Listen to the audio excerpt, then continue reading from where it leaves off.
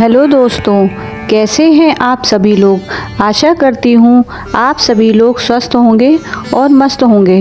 हमारे इस channel divine Shipra में आपका बहुत बहुत स्वागत है। तो आज सुनिए सोमवार की व्रत कथा। प्राचीन काल की बात है, एक नगर में एक महान साहूकार रहता था। उसके महल की दीवारें सोने की थीं, लेकिन उस घर की खुशियां राख के समान थीं। उसकी पत्नी दिन रात रोती थी क्योंकि उसकी गोद सूनी थी। साहूकार ने अपना सब कुछ त्याग कर केवल महादेव को अपना लिया। वह हर सोमवार को निर्जल व्रत रखता और नंगे पैर मीलों दूर स्थित प्राचीन शिव मंदिर जाता। उसने प्रण लिया था कि जब तक शिव नहीं मिलेंगे वह चैन से नहीं सोएगा। उसकी भक्ति भी ऐसी थी कि मंदिर का पत्थर भी पसीज गया। जब माता पार्वती ने देखा तो माता पार्वती ने महादेव से विनती की, प्रभु क्या आपका यही न्याय है? एक निष्कपट भक्त जीवन भर तड़पता रहेगा। महादेव ने कहा, देवी इसके भाग्य में संतान का योग नहीं है। यदि मैं इसे पुत्र दूंगा तो वह केवल 12 वर्ष तक ही पृथ्वी पर रहेगा। माता पार्वती ने कहा, हे स्वामी आप कालों के काल हैं, आपके लिए भाग्य क्या है? आप तो भाग्य लिखने वाले हैं, इसे संतान दीजिए, बाकी मैं देख लूंगी। माता के हट के सामने देवादिदेव महादेव झुक गए। वरदान के प्रभाव से साहूकार के घर एक दिव्य और तेजस्वी बालक ने जन्म लिया। उसकी आंखों में गजब की चमक थी।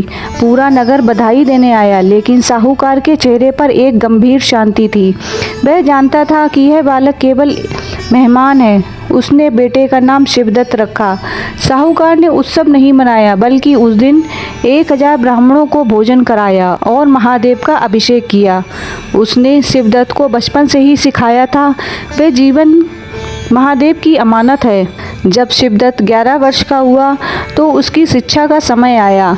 साहूकार ने अपने साले को बुलाकर गुप्त रूप से कहा, इसे काशी ले जाओ, इसके पास केवल 1 वर्ष है। मार्ग में जितने भी शिव मंदिर आए वहाँ महामृत्युंजय जाप करना और अन्य क्षेत्र लगवाना। इसे इस योग्य बनाना कि मृत्यु के सामने भी इसके मुख पर ओम नमः शिवाय ही हो। मामा भांजा अनगिनत स्वर्ण मुद्राएं लेकर तीर्थ स्थान निकल गए। रास्ते में शिवदत्त ने जो भी नगर देखा वहाँ उसने शिव भक्ति का प्रचार किया। उसने सूखे कुएं को जल से भरवा दिया और उजड़े हुए मंदिरों का जीर्णोद्धार कराया।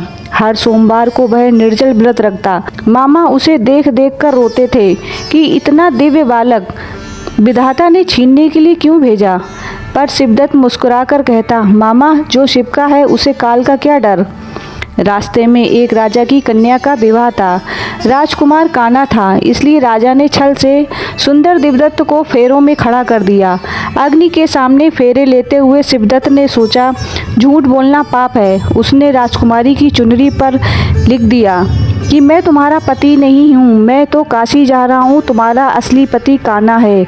राजकुमारी ने जब यह पढ़ा तो उसने महल में हाहाकार मचा दिया और कहा, मेरा पति वही है जो काशी गया है। काशी पहुंचकर शिवदत्त ने कठोर ब्रह्मचर्य का पालन करते हुए वेदों का अध्ययन किया।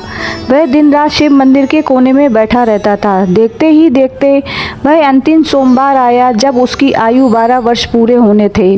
मामा ने उस दिन 1 लाख महामृत्युंजय मंत्रों का अनुष्ठान किया। पूरे काशी में दिव्य सुगंध फैल गई।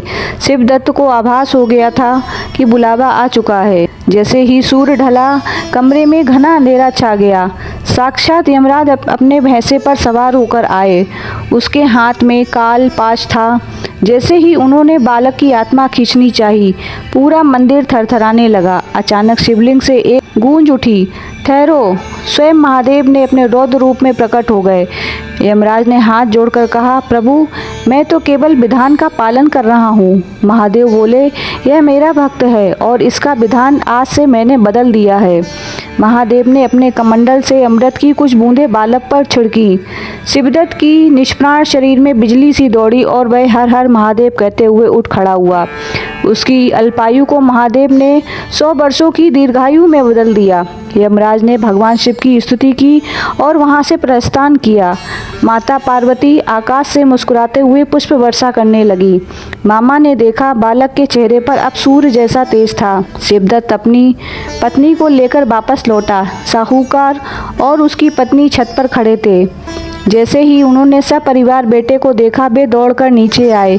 साहूकार ने कहा, आज से मैं और मेरा पुत्र दोनों महादेव के दास हैं। उन्होंने अपनी सारी संपत्ति गरीबों में बांट दी और नगर में शिव भक्ति का ऐसा प्रचार किया कि वहाँ कभी अकाल या बीमारी नहीं आई। जो भी इस अध्याय को पूरी तरीके से श्रद्धा से पढ़ता है उसके पितर भी तर हो जाते हैं। तो भाइयों बहनों, आपको यह मेरी कथा कैसी लगी? अगर पसंद आई हो तो लाइक करें, हमारे चैनल को सब्सक्राइब करें। राधे राधे।